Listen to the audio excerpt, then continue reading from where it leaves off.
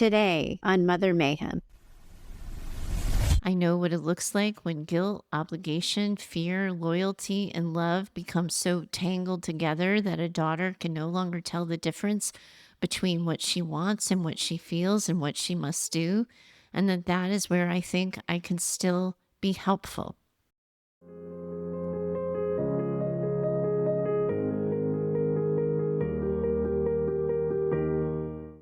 Welcome back to Mother Mayhem, the podcast for daughters of narcissistic and emotionally limited mothers.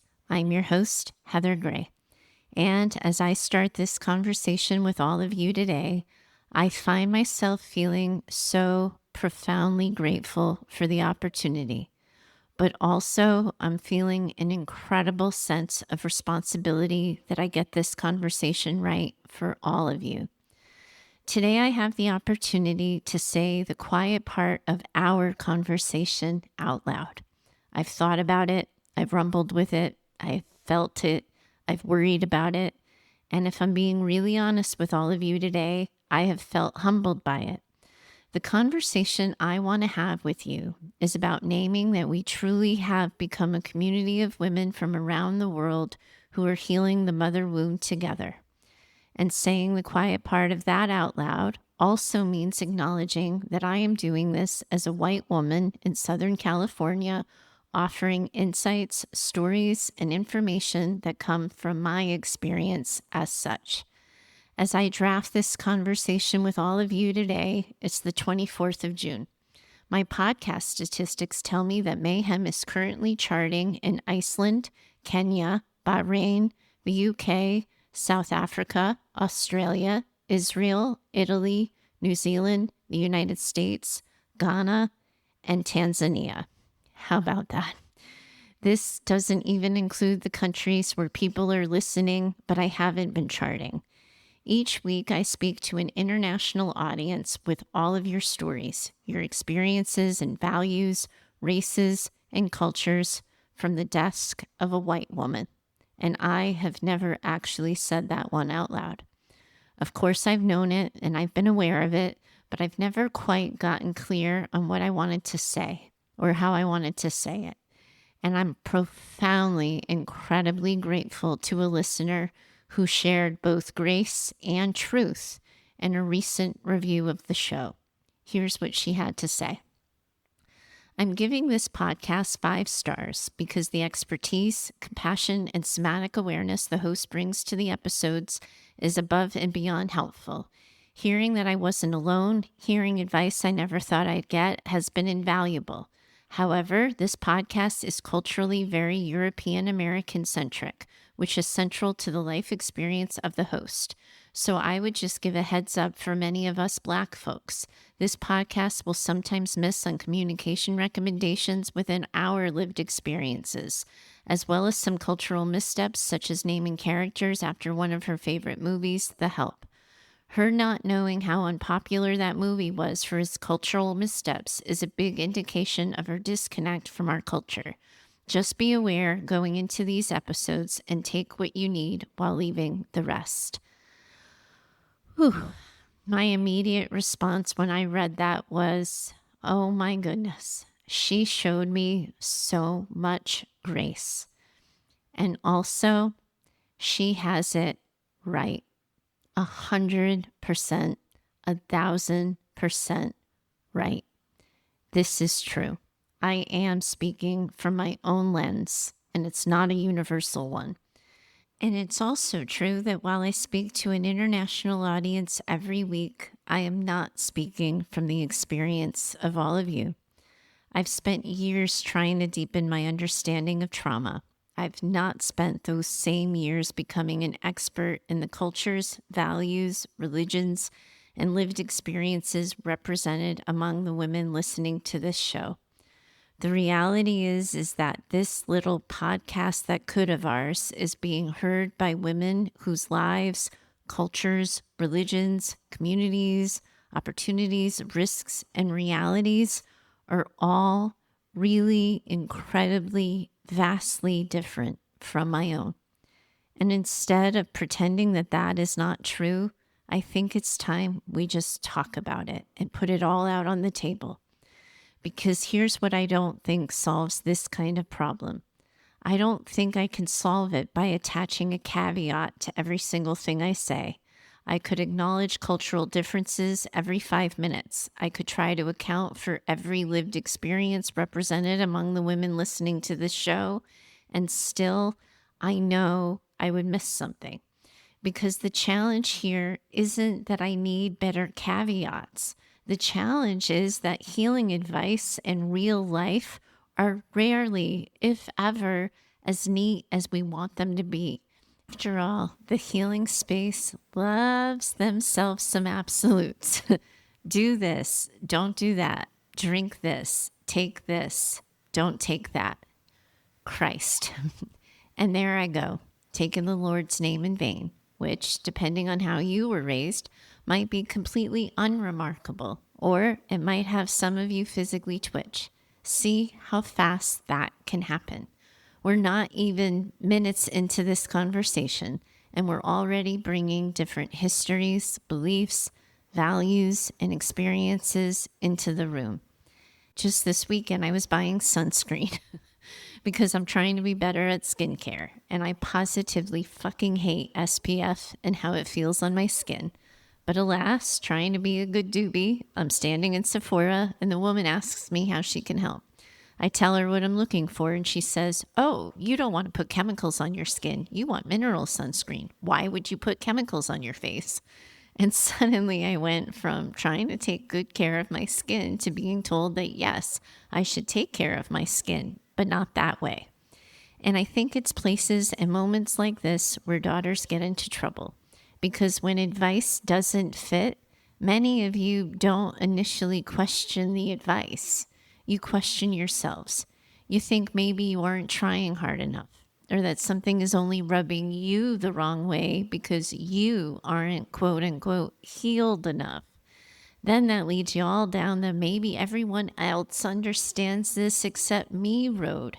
You start to think that you're the problem. And I hate that for you, because sometimes the issue isn't that the advice is wrong. Sometimes the issue is that your life is more complicated than the advice accounted for. And I think that is part of what this listener was naming for us, not just about me, but about the show. This show does come from a very particular lens. It comes from a particular culture, training, worldview, and set of values. And I think part of what she's naming is that some of those values are baked into the work, whether I intend them to be or not. For example, this show often does assume that your relationship with yourself matters to you. It assumes that becoming more differentiated from your family is something that's healthy. It assumes that your feelings, your needs, your experiences, and your reality deserve consideration. How many times have you heard me say that guilt is not always evidence that you're actually doing something wrong? I believe those things in my bones.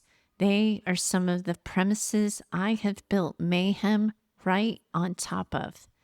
And I can also acknowledge that those ideas may land very, very differently, depending on your family system, your culture, your religion, your community, your values, and your expectations in the world that you live inside of. I think that is part of what our reviewer is talking about today. And I think the opportunity she's offering me and all of us is the freedom to say all of this out loud. I've become aware that this community has grown. It is still overwhelmingly white. It also consists almost entirely of women who identify as women. We've had members who identify as non-binary, and my hope has always been that if your lived experience resonates with the mother wound this community is built around, that you will feel like you have found a place here. And before we continue, I also want to acknowledge that throughout this conversation, I am going to mostly use the words she and daughter, because that's the language the majority of this community uses for themselves. But if your experience with the mother wound is reflected here, and those aren't the words you use, I hope you're still going to know that I am talking to you too. But I also have to acknowledge that there are experiences that are simply less represented here.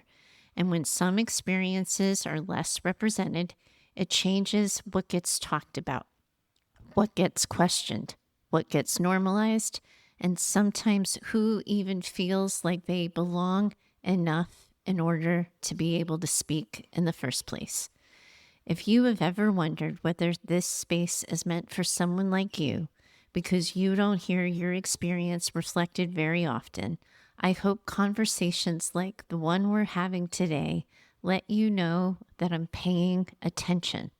I want to keep having these conversations. I want to keep learning, and I don't ever want to pretend to know what I don't know, because I don't want you sitting on the outside wondering whether or not your story belongs here.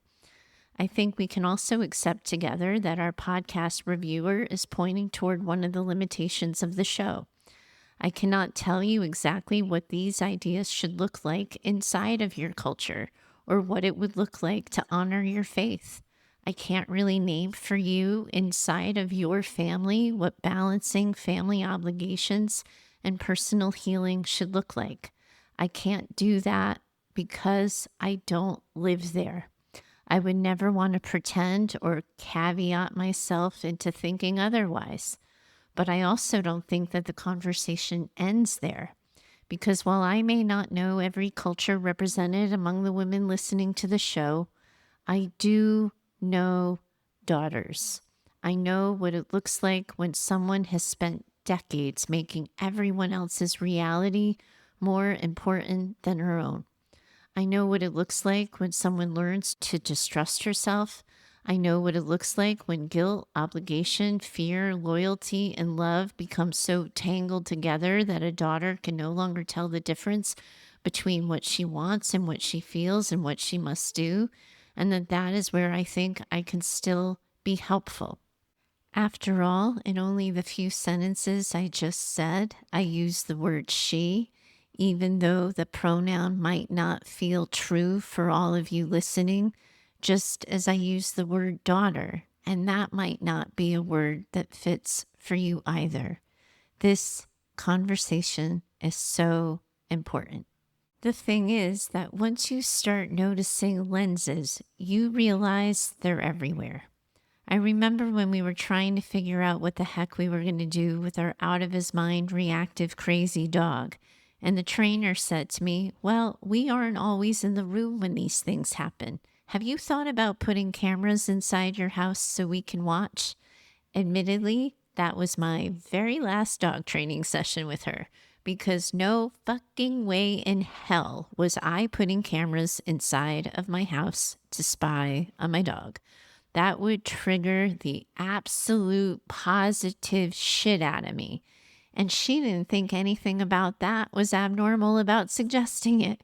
And honestly, if there was ever a moment that perfectly illustrates that I am, in fact, a white woman in Southern California, it was probably me firing a dog trainer because she wanted cameras inside of my house. Neither one of us was wrong.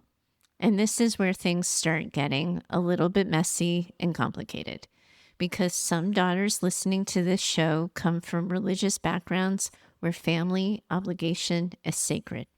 Some of you come from cultures where mothers are viewed very differently than they are in the United States, and questioning them carries a very different cost.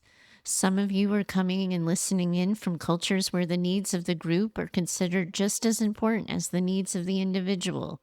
Some of you are caring for aging parents, while others of you are financially dependent on the very people who hurt them.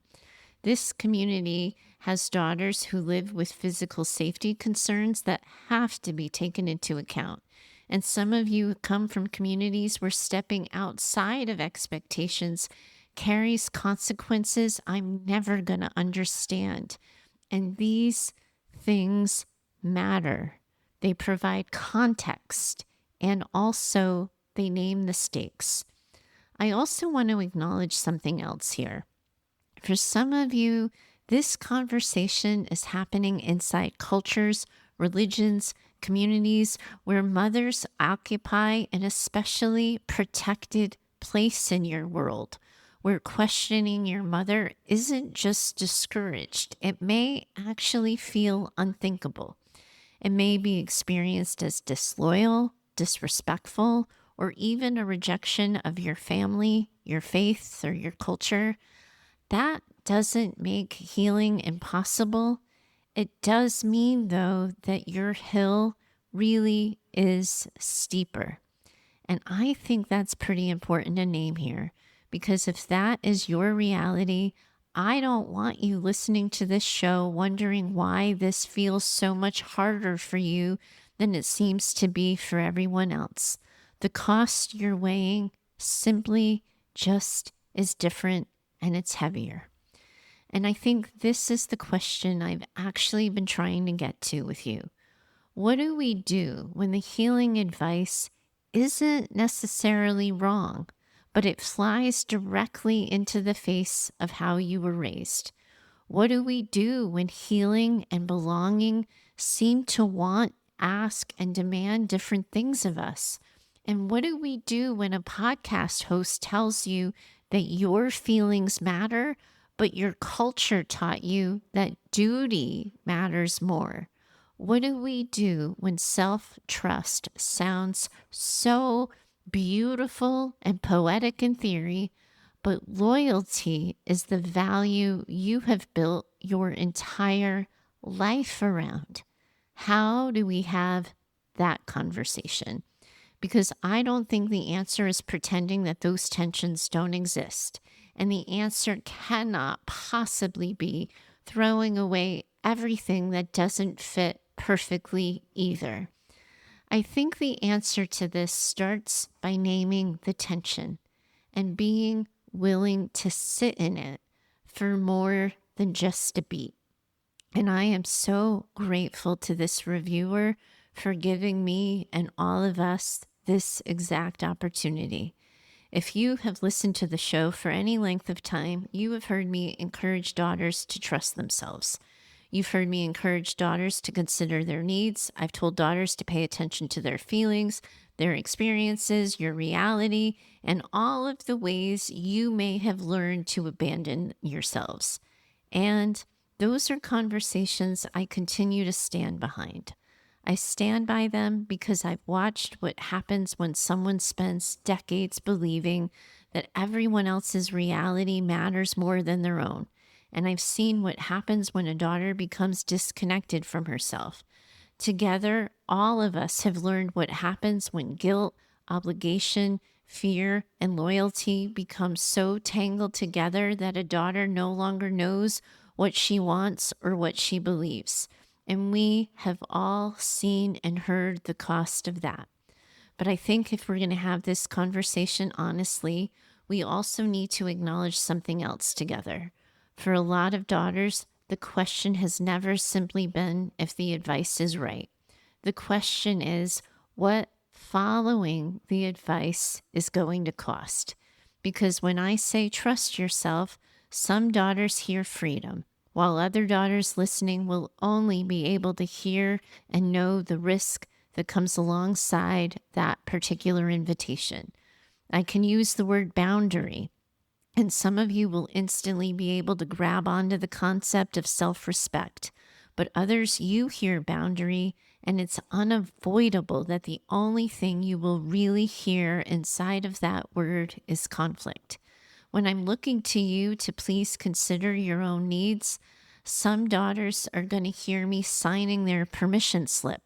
Other daughters, though, are going to hear selfishness. And when I remind you that guilt isn't always evidence that you're doing something wrong, some of you are going to hear relief, while others of you are going to experience this as a direct challenge to the values you have come to hold so incredibly deeply. And we wonder why healing feels so gosh darn complicated sometimes. Because all of you are rarely evaluating advice inside some singular kind of vacuum. You're evaluating the consequences and you're wondering what happens if you disappoint your family.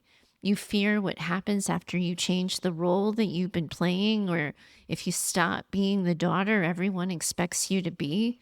Some of you must feel as if you've been left holding the bag, wondering what happens to you if you become someone different. The questions you all are managing right now are intimidating. You're facing really big and layered questions like, what happens if my authenticity costs me my belonging? And before we rush toward any answers in this, I do think we have to sit with and acknowledge and be honest about how real these questions are. Because some of you asking, you're not just asking because you're protecting dysfunction, you're protecting relationships, your family, connections you have. And sometimes you're protecting cultural values that matter an awful lot to you. And you're trying to stay close to your faith while also staying close to your healing. And none of those things are easily expendable. We're never going to pretend that they aren't incredibly, deeply, powerfully meaningful to you. The reality is, belonging matters. You just heard me talk about that for several episodes in a row on the show. All of these things matter. Your family, your culture, your faith. And yes, you daughters will struggle with healing when it seems to ask you to move in a different direction than the things that you have been taught to value. Of course it would. That makes so much sense to me. And yes, it creates conflict. And we know it brings a tremendous amount of grief. And hearing stories from daughters on the show, we also know firsthand in real time that these kinds of things and these kinds of conversations we're having together bring a great deal of very real fear. And I am so glad that we are acknowledging all of this together today. I rather kind of think here that this is one of the most compassionate things we can do. Because once we stop pretending that this tension isn't there, we can actually start to have an honest conversation about how each of you want to navigate it in your own lives. And what I see here is all of you daughters are trying to hold and honor and respect multiple different truths all at once. I see daughters who genuinely want to heal and who are also trying to remain connected to the people, the communities, the traditions, and the values that matter to them. And I see and I've come to know daughters who want to trust themselves, but also want to be good daughters. And I see all of the daughters who want to stop abandoning themselves, but also who do not want to abandon the people they love. And sometimes healing spaces end up talking as though the choice you have is between healing and dysfunction. And holding accountability with myself on this, I am sure from my own Southern California white girl desk that I have been guilty of that a time or two. But I don't think daughters really are only in a battle between healing and dysfunction.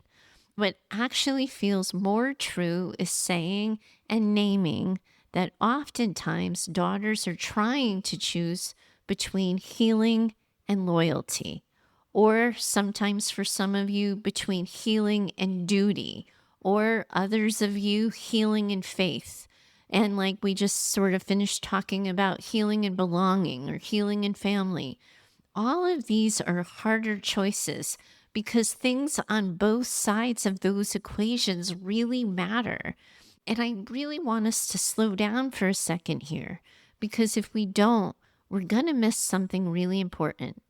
If belonging has always been tied to a certain kind of daughter, then of course, becoming feels threatening. If loyalty has been one of those ways that you've maintained connection in your life, then it makes so much sense to me that questioning loyalty is going to feel really scary.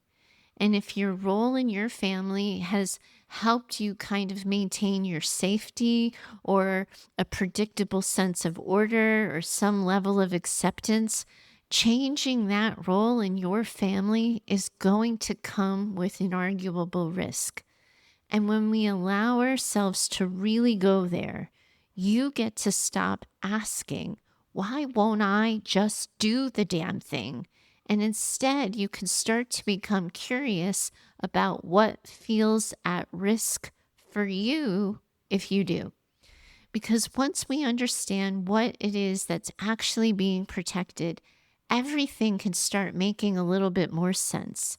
If you're a daughter who cannot seem to set the boundary, you might not be protecting dysfunction as much as you are protecting that sense of connection. And if you're a daughter that's stuck in this endless loop or cycle of second guessing yourself, we might have to dig a little deeper here, but you might see that you're trying to protect that sense of belonging while also trying to save yourself at the same time. And of course, that makes so much sense to me. I think then the conversation becomes less about whether daughters are willing to heal and more about what healing appears to be asking that they give up. Because from where I'm sitting, the goal of this work has never been to convince you to abandon your culture, abandon your faith, abandon your family, or abandon your communities. That has never been the goal of Mayhem. It has always been to help you stop abandoning yourselves. What I've tried to help you see inside of our conversations is that there is a difference between participating in a culture and disappearing inside of it. A line can be drawn somewhere between loving your family and losing yourself in the process. And I am always going to want you to honor your faith, but I'm never going to want you to use your faith as evidence that your needs don't matter. There is a difference between loyalty and self-abandonment. I never want to take away or remove your value of family, but I am always going to be concerned when family requires you to betray yourself. And I will always respect your loyalty, but not the kind of loyalty that's going to mandate you disappear, become smaller, or a shell of yourself. I don't want any of you alone in this world. I'm always going to wish for belonging for each and every single one of you. That's why you hear me emphasize our community on the show so much. I want you to belong here. I want you to belong to yourselves and to anywhere else you might want to belong to, but never at the cost of your reality, your truth, or your experience. Because if there's one thing I hope this conversation leaves you with, it isn't that you walk away agreeing with every single thing I've ever said. It isn't that you leave this episode believing that my way is the right way or that healing has to look exactly as I describe it. What I hope is that you leave this conversation with permission to be more thoughtful, more curious, and more honest. I hope you'll begin asking yourself, does this fit my life? Does this respect what I value? Does this move me toward becoming more fully myself, or is it asking me to disappear?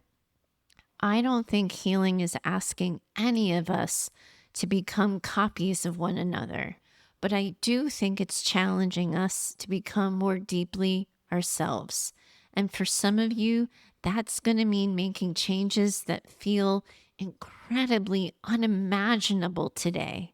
And for others of you, it may mean remaining exactly where you are, but showing up in your own life with more awareness, more choice, and a stronger relationship with yourself. Only you are going to know what integrity looks like for you inside of your culture, your family, your faith, or your life. My hope is simply that whatever path you choose, it is the one where you are consciously choosing it. and not one that's being chosen for you because you've disappeared from yourself. I don't want you disappearing from your own life while everyone else gets to decide who you are. If this community stands for anything, I really, really hope it stands for that, for becoming more fully yourself, for remaining connected without disappearing. I am so grateful to the reviewer who offered me the opportunity for this conversation. I am so thankful.